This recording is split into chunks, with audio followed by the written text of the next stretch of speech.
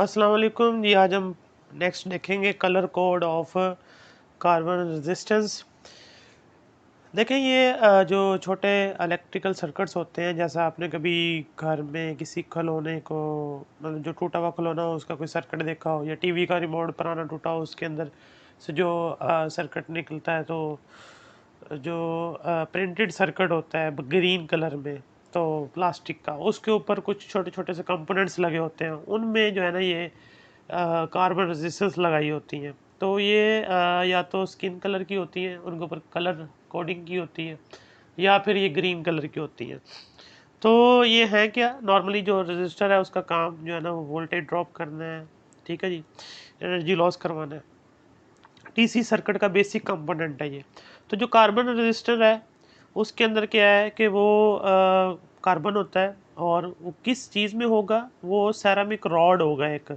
Ceramic rod से मतलब ये कि वो इंसुलेटर मीडियम इंसुलेटर मटेरियल है, उसके अंदर जो है ना वो क्या फिल कर देते हैं, कार्बन, और दोनों साइडों से वायर जो है ना वो उसके साथ कनेक्टेड होती है। फ़र्ज़ कर लें यही एक वही कैप्सूल है, इसके अंदर अब सारा क्या फिल कर देंगे, कार्बन, इधर से इसको फिल कर दें, वायर जो है ना अटैच करके अंदर से बाहर निकाल दें, इधर से भी बाहर निकाल दें।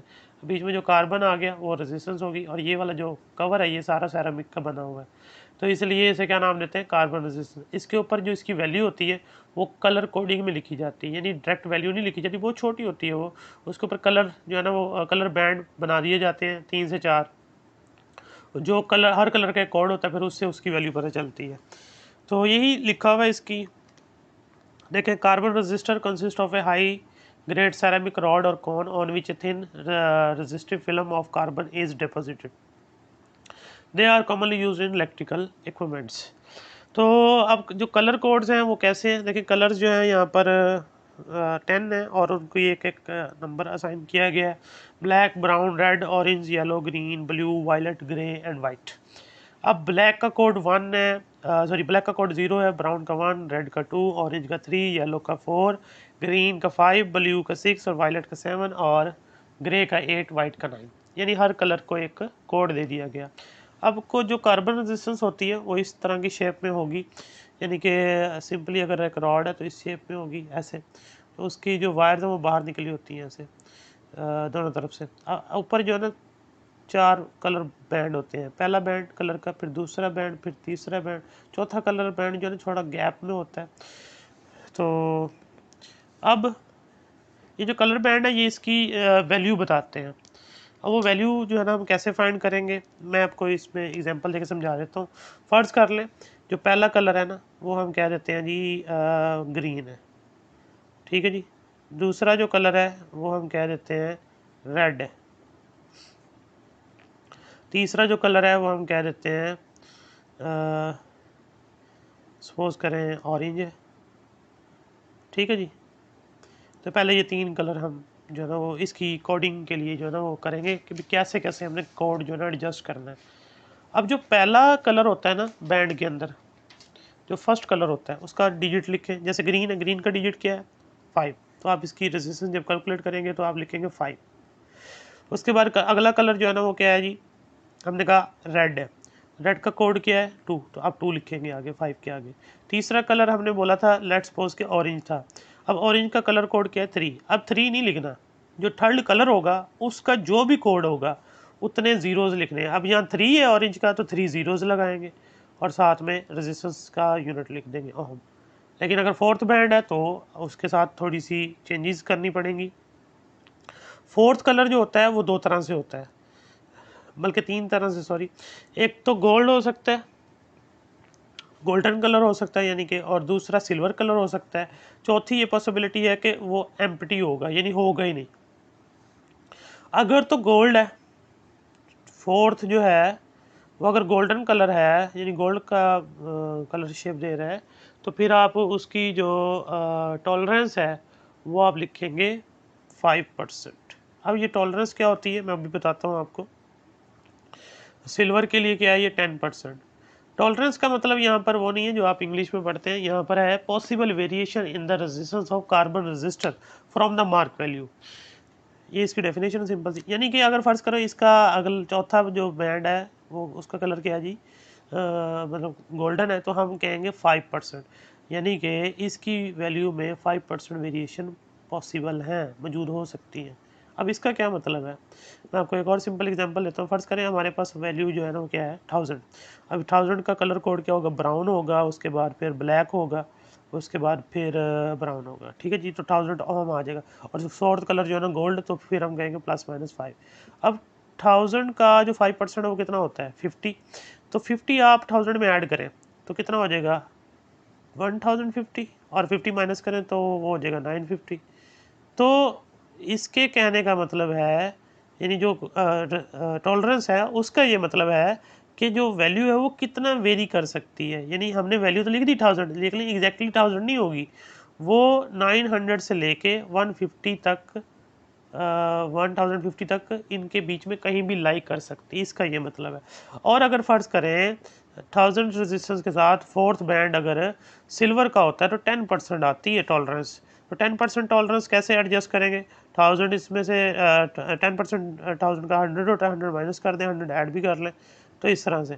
तो ये इनके दरमियान वैल्यू लाई करेगी, एग्जैक्टली 1000 नहीं होगी, बल्कि 900 से लेके 1100 तक कहीं भी लाई कर सकती है। ये टॉलरेंस का मतलब है। अब टॉलरेंस को जो है ना वो हम डिफ़ाइन करते हैं कि वो क्या होगी। तो सिंपल सी उसकी डेफिनेशन है एक लाइन की, लेकिन वो पेपर में पूछी जाती है। और ये इस तरह आपको ना कुछ कलर्स दिए जा सकते हैं। एक्सरसाइज में भी एक क्वेश्चन है वैसे, कि आपको कलर्स दे के ना कार्बन रेजिस्टेंस के तरतीब के साथ, तो आपसे कहेगा कि आप इसकी जो है ना कैलकुलेट करें रेजिस्टेंस क्या होगी। तो आपको कलर कोड याद होने चाहिए। कलर कोड याद रखने के लिए एक फार्मूला है यहाँ पे। फार्मूला तो नहीं, मतलब ये एक लाइन है जो याद रख लेंगे, जिससे कलर कोडिंग याद रहेगी। बीबी रॉय गोज ब्रिटेन विया गुजरांवाला। अब बीबी रॉय का लफ्ज़ जो है ना वो सारे कलर को शो करेगा। बी का मतलब ब्राउन, बी का मतलब सॉरी बी का मतलब ब्लैक, बी का मतलब ब्राउन, आर का मतलब रेड, ओ का मतलब ऑरेंज, वाई का मतलब येलो। तो पहले तो 5 कलर यहीं आ जाते हैं। तो फिर आगे देखें, गोस, गोस का जी ग्रीन होगा। ब्रिटन, ब्रिटन का मतलब यहाँ पर ब्लू, बी आएगा।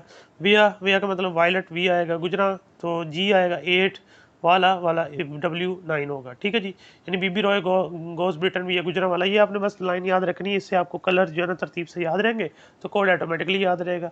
फिर आपको जो भी कलर दिया जाएगा उसके अकॉर्डिंग आपने कोड जो है ना वो पुट करना है। कैसे, पहला जो कलर होगा उसका भी कोड, उसका कोड आपने पुट कर देना, दूसरा कलर उसका भी कोड, तीसरा जो कलर होगा उसके कोड के ज़ीरोस। और फिर अगर फोर्थ बैंड है वो या तो गोल्डन होगा या फिर सिल्वर होगा।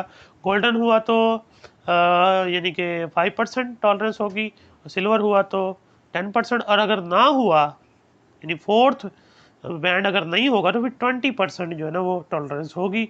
अब ये टॉलरेंस क्या है, मैं लिख रहा हूँ इसकी डेफिनेशन, वो देख लीजिए, फिर उसके बाद आगे नेक्स्ट टॉपिक की तरफ चलेंगे।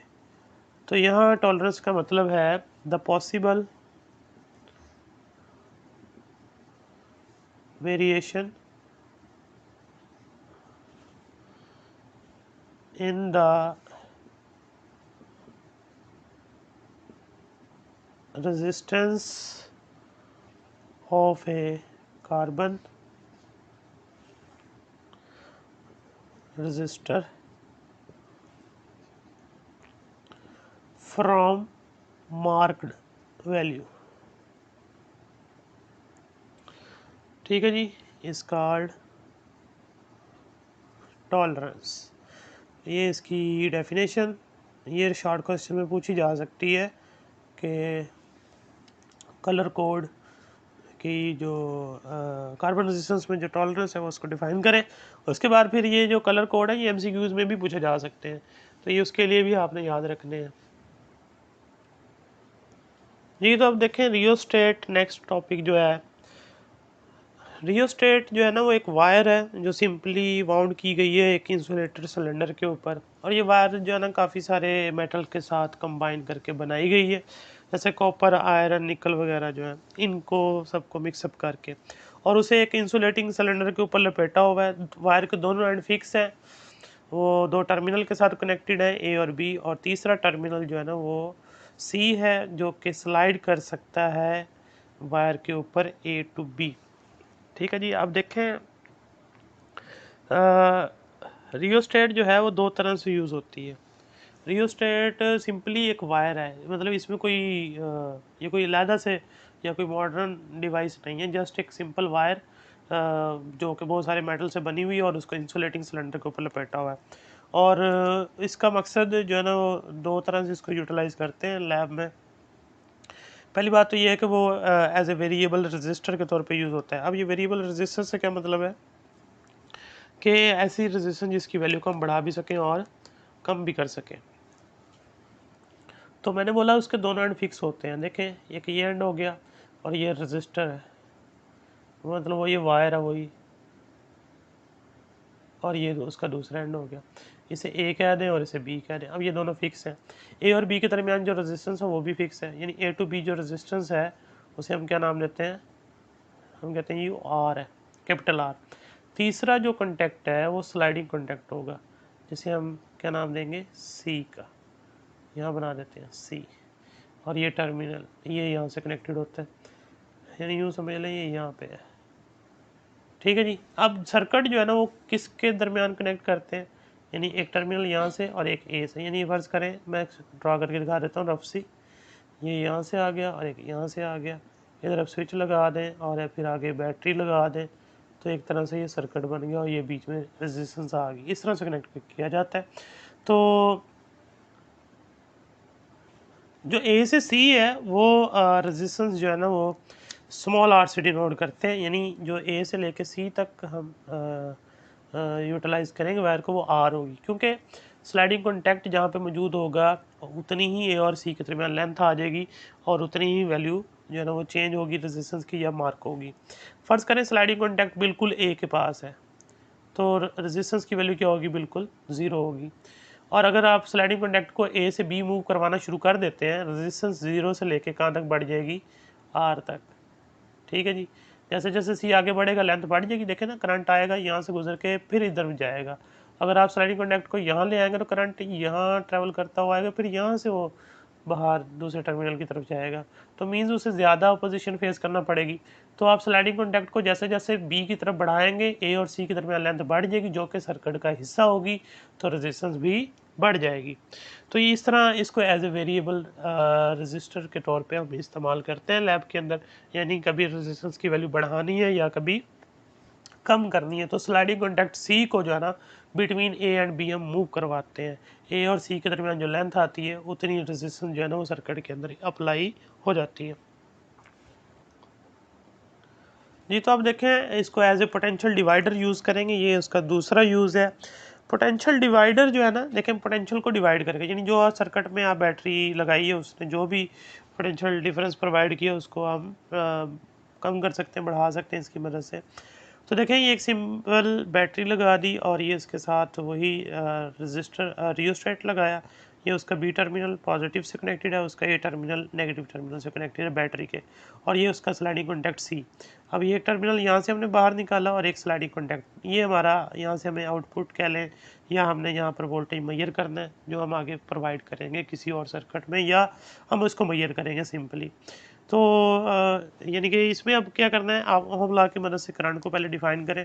तो करंट जो सर्किट में फ्लो करेगा वो simply V is equal to I R से, तो आई आ जाएगा V ओवर आर। तो अब आप जो बात कर रहे हैं ए और सी के दरमियान जो रेजिस्टेंस है उसे स्मॉल आर से डिनोट किया जाता है, जबकि ए और बी के दरमियान जो रेजिस्टेंस है वो तो फिक्स है, वो तो कैपिटल आर है। ठीक है जी। तो अब आप सिंपली क्या करेंगे,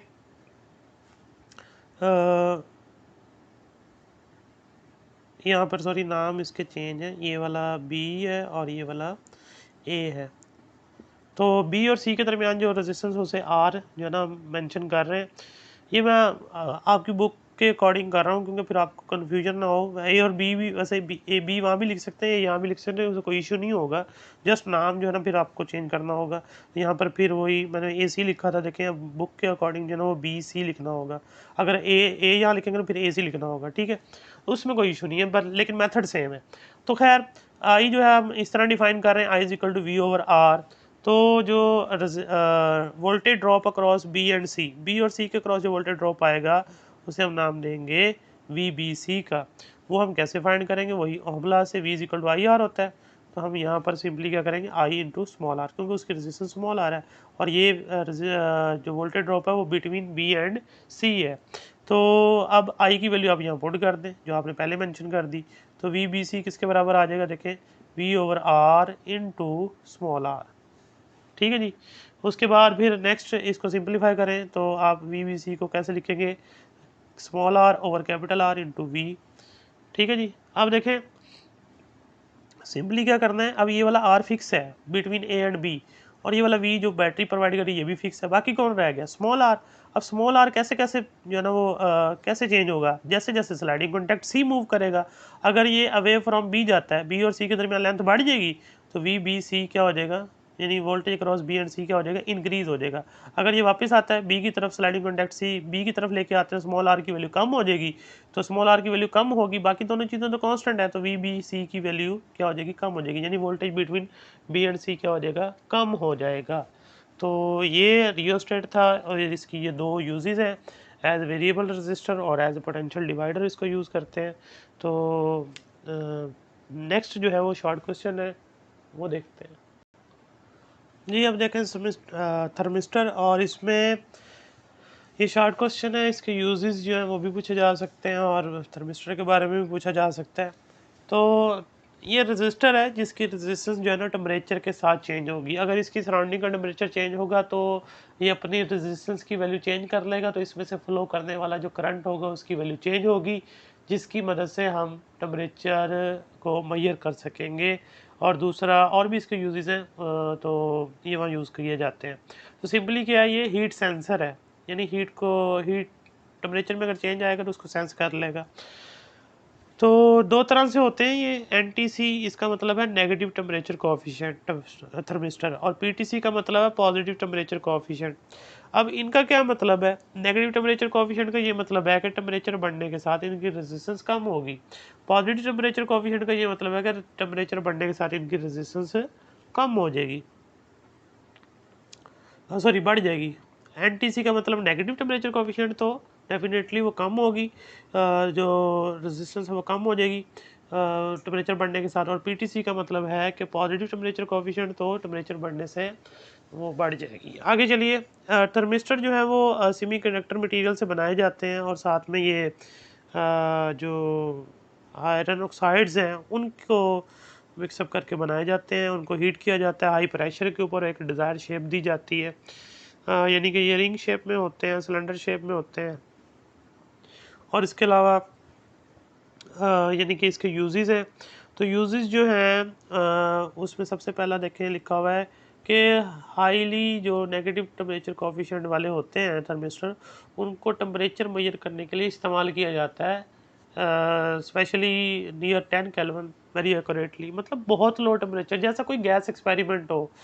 गैस एक्सपेरिमेंट मीन कि गैस लिक्विड फॉर्म में मौजूद हो, अब वो लिक्विड फॉर्म में होगी तो डेफिनेटली वो अपने बॉइलिंग पॉइंट से बिलो टेम्परेचर पे मौजूद होगी, तो डेफिनेटली वो बहुत कम टेम्परेचर होगा, तो वहाँ पर तो हम मरकरी वाला थर्मामीटर यूज़ नहीं कर सके, क्योंकि वो -39 पे तो फ्रीज़ हो जाता है। तो इसलिए वहाँ हम थर्मिस्टर लगाते हैं। थर्मिस्टर जो है वो टेम्परेचर में अगर 1 केल्विन भी चेंज आता है तो वो अपनी रेजिस्टेंस की वैल्यू चेंज कर लेता है, इस तरह जो करंट फ्लो कर रहा होगा उसकी वैल्यू चेंज हो जाएगी। और इसको यूज़ किया जाता है ओवन के अंदर टेम्परेचर कंट्रोल और मेजर करने के लिए। इसके अलावा ये टेम्परेचर का इफेक्ट कैंसल आउट करने के लिए भी इस्तेमाल होता है इलेक्ट्रॉनिक डिवाइसेस के अंदर, जैसा कि कंप्यूटर है।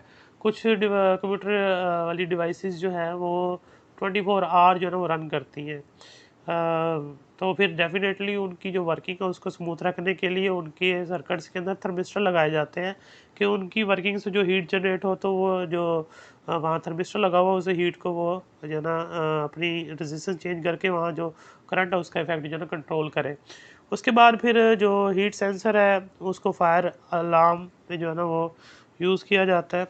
तो फायर अलार्म में यूज़ करने से क्या होगा, देखें जो आपने भी कभी देखा हो टीवी वगैरह पे, जैसे ही किसी बिल्डिंग में यानी कि आग लगती है तो पानी जो है ना वो जगह जगह से निकलना शुरू हो जाता है, तो वो जो आग लगती है उससे टेम्परेचर राइज़ करता है बिल्डिंग का अंदर, तो वो जो थर्मिस्टर लगा होता है वो उसको सेंस करता है, और वो जो करंट है वो फिर डेफिनेटली चेंज होगा या गुजरेगा कह लें, तो उसके रिजल्ट में जो है ना अलार्म बजने लग जाएगा, और एट दी एंड वो जो सिस्टम है वो एक्टिव हो जाएगा आग बुझाने वाला।